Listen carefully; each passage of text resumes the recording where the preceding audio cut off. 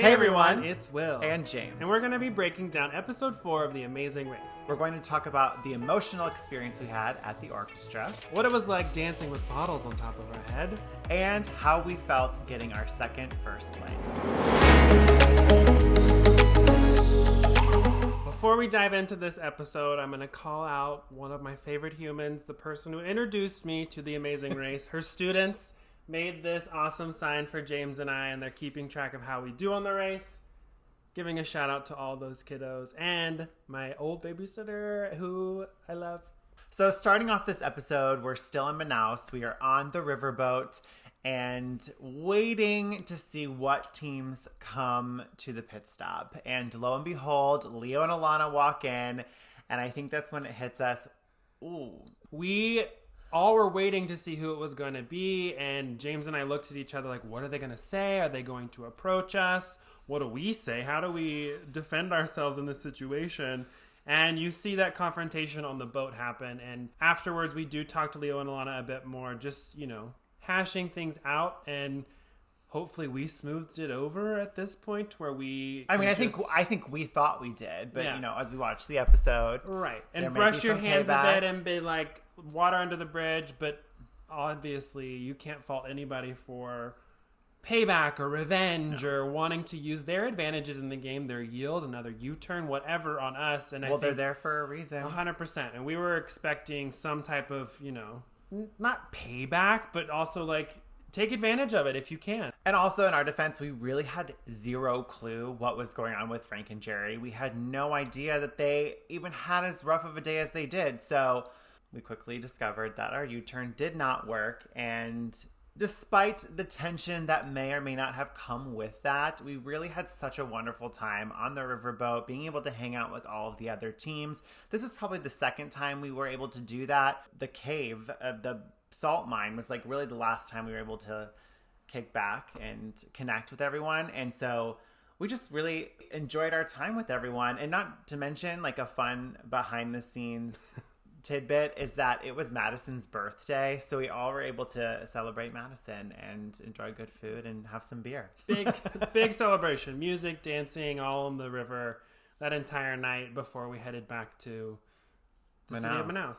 And if you want to get a glimpse as to what went down on the boat, definitely check out the Amazing Race YouTube channel. They put up really fun bonus clips, and there's definitely a clip of us getting into our hammocks and unwinding for the day after our long, hard leg. All the teams are now on their way to Asuncion, Paraguay.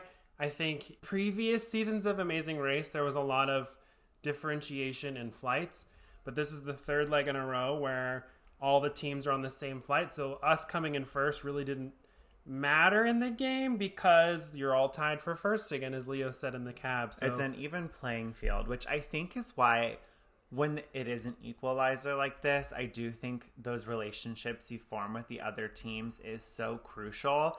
We utilized our downtime at the airport to use the computer and print off maps for the rest of our alliance. And a lot of that was definitely strategy. It's keeping those relationships close and trying to form those strong bonds.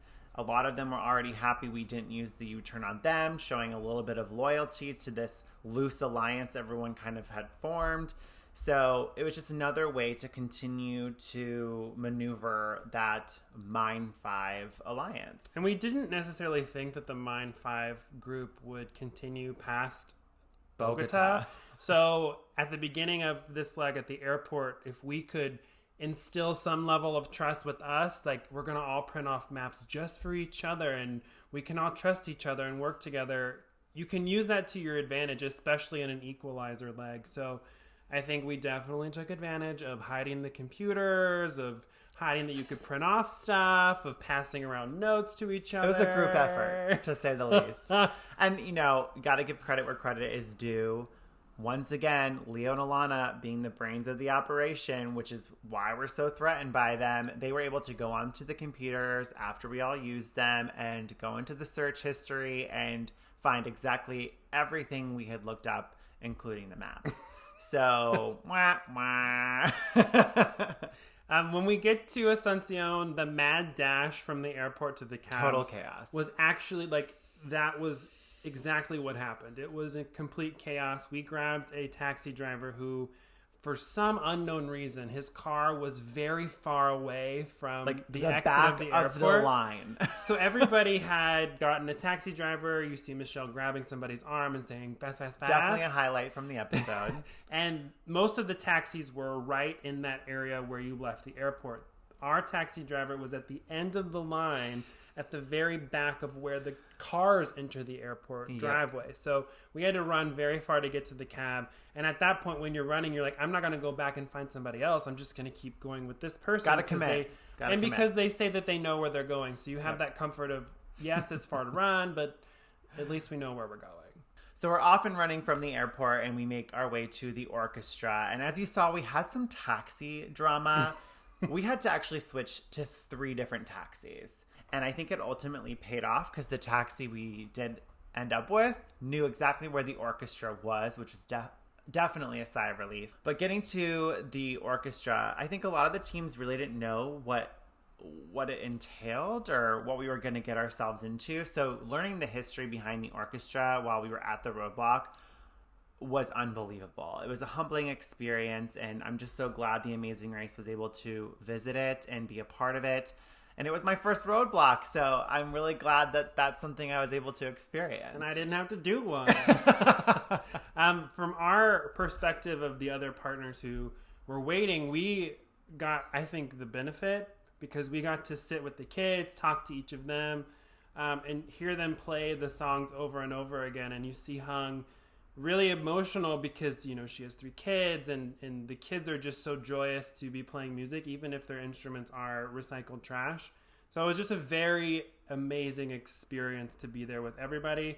You see us group hug. We're all just, you know, hanging out, and hard part of it was not knowing what any of y'all were doing. We had no idea what the task was. We had no idea who was doing well, if people were working together, because we did have the 5 Alliance. So it was hard to just have no clue how you were doing because at one point, I know you really well, and if you get super stressed, you get a little bit anxious. Frazzled. Yeah, Mm-hmm. So you can't even support your partner. Meanwhile, while you're having fun at the concert, I definitely felt the pressure. We were the 6th team to show up to the roadblock, so I knew I really had to stay focused and work on the task at hand. Another reason why relationships and those alliances come into play, I was able to ask questions where I would get stuck. And it really was a collaborative effort. Like everyone in that Loose 5 Alliance was able to ask a question, get an answer. It was a lot of fun. I mean, everyone there was, I think, really focused on trying to build their cello to the best of their ability. And I don't know what it was, but I think it was because of that added pressure that I was able to get out of there in second. I was so overwhelmed and so excited to run around the corner, deliver the cello to the kids, and that's why I was just so overcome with emotion. And it was just a nice release. And then to turn around and see Will emotional, it was just something I don't think we'll ever forget. Oh God, no, because like I didn't expect you to be second. Like I expected you to do it quickly just because I know you're really good at anything that's presented to you, but you came like immediately after D'Angelo came through, and it was just like, whoa, you just did that so much faster than like anybody, because we were in 6th place and teams had been there for like 15 minutes before we got there. So I think I was just very proud in that moment to know that, yes, you did your first roadblock and you did it so well. And then we were off to Terere. When we got to the market where the Terere stand was, the people who were there to show you how to do it were so nice and so excited to show you. So obviously you're just kind of like trying to have fun because, you know, it's their famous drink of the country. And so you just want to learn and you want to do it right. You want to get your clue to move on. And there was like, I don't know how many herbs and all these different so many smells and all this stuff. Yeah. James, literally you see that all of this is sitting in the thermos and then you dump agua in there and, you know, you drink out of it. But there's a straw, and this fancy straw, which we have right here next to us, is like a siphon with like a colander. So it literally has holes so you can soak up the liquid. So you do this. Okay. But where's the cup? So James takes the straw and goes and takes a sip out of the actual cup. So homeboy literally gets herbs and starts coughing because it's literally just grass. It just looks as like though a spoon. Yeah. I'm so focused on what was going on that I didn't really register. I mean, that it's a straw. I finally got it, and then when I was able to sip out of this, it was a completely different experience, and I loved the terere.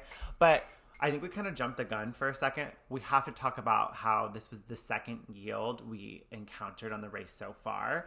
And the strategy for us was we had no reason to really use the yield. At this point, we knew we were second out of that roadblock. So it really wouldn't have benefited us at all. Especially because our yield was 20 minutes. And I think that comes into play from our perspective when you either were second to last or you knew that you were in the middle and somebody was struggling. So leaving second place, we walked up to the yield and it was a no-brainer that no, we're not going to use it because some teams were struggling at the roadblock. We also didn't need to add any more fuel. We needed a break from it. We just needed a break.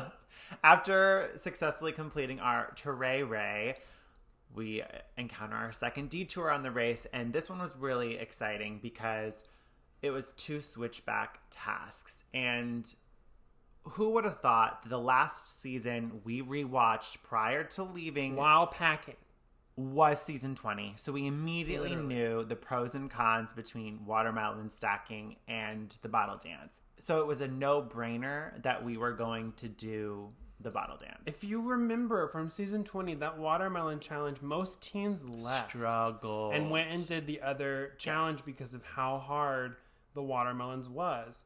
And we saw that and immediately were, not doing the watermelons. Literally not doing the watermelons. So going to the bottle dance, we were watching that episode while we're packing.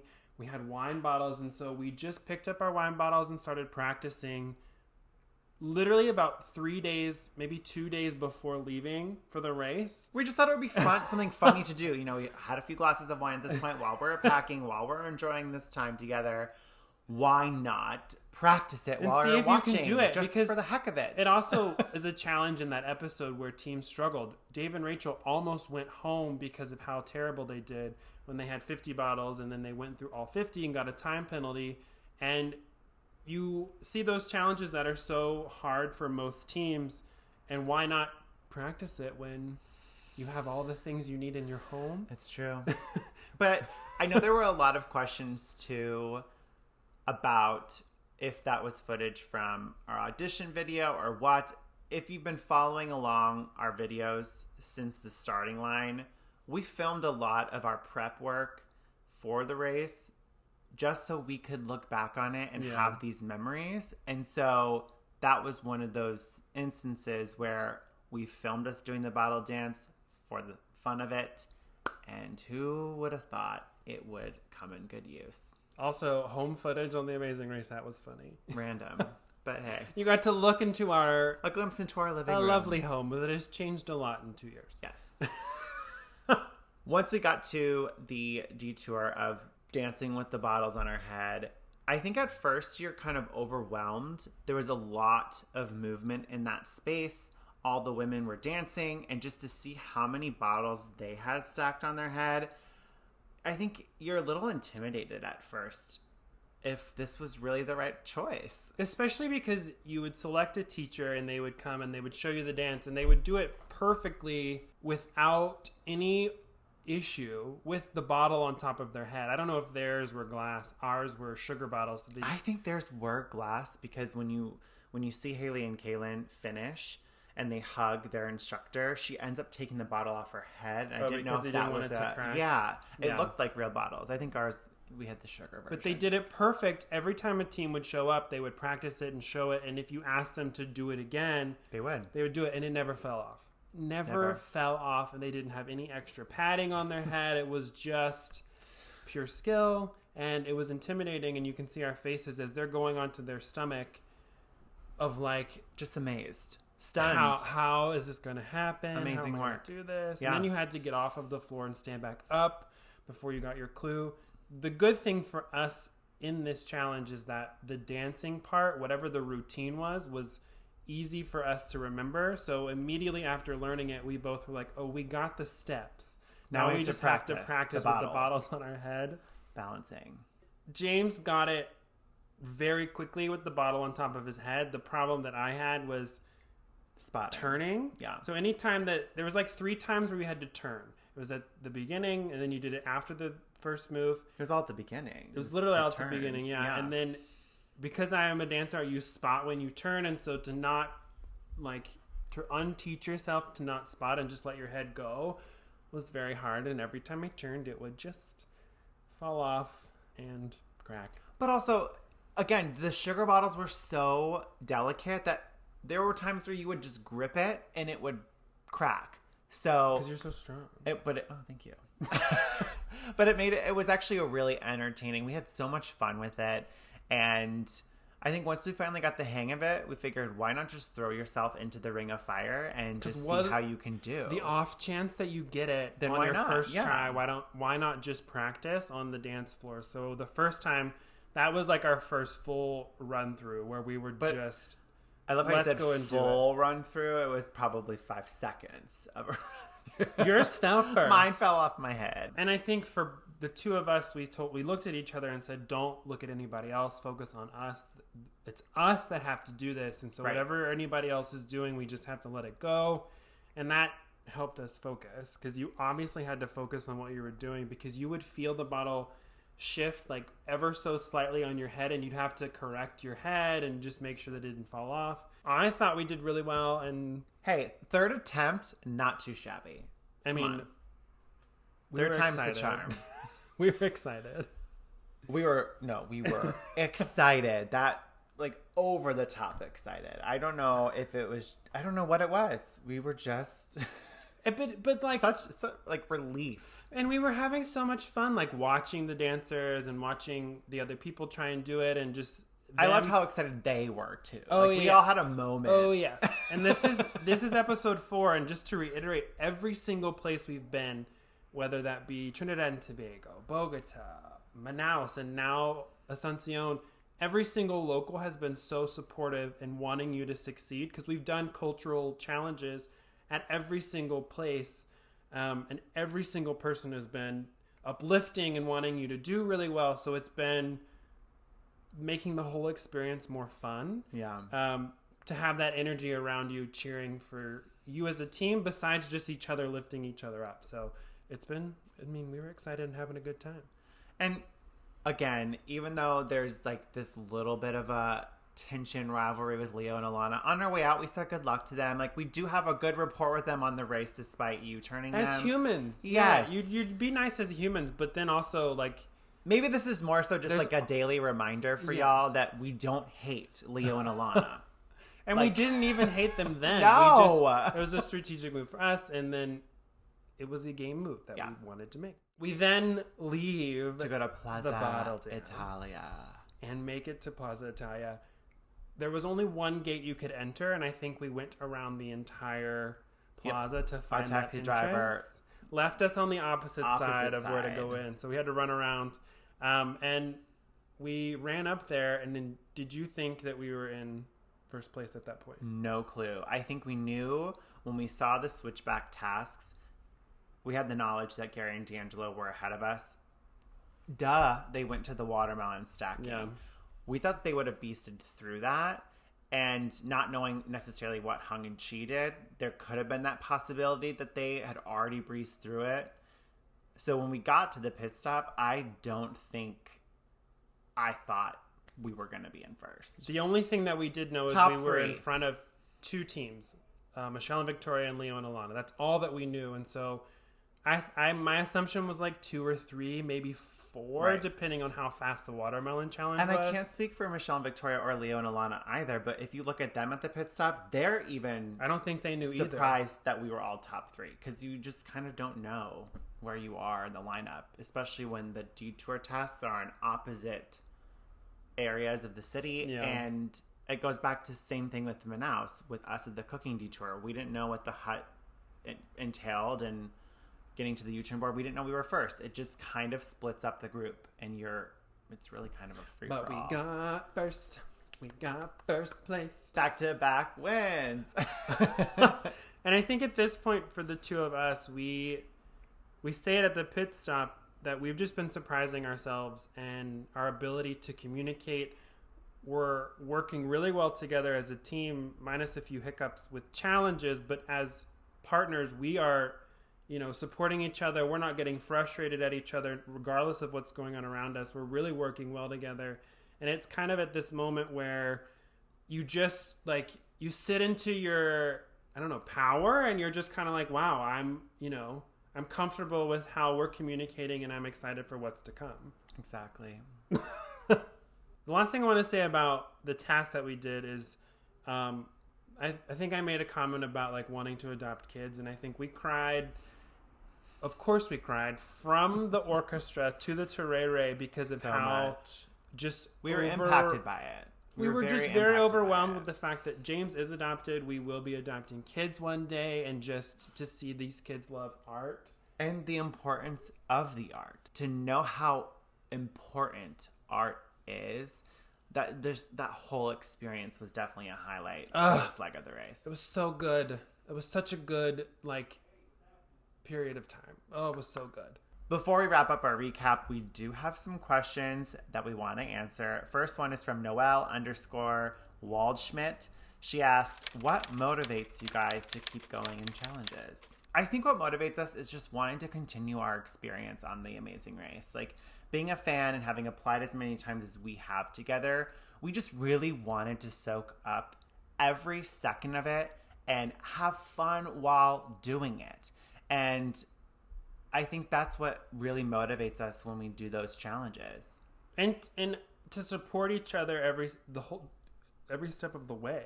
Yeah. To know that there's challenges that James will be good at, there's challenges that I will be good at, there's Things we'll be challenges good at we together. can't do together. So just to be supportive is kind of something that motivated us. JK Pinky wants to know, of the episodes that have aired, what was your favorite pit stop? Definitely Manaus. I think being on that riverboat with all the teams is a highlight from the race that we will never forget.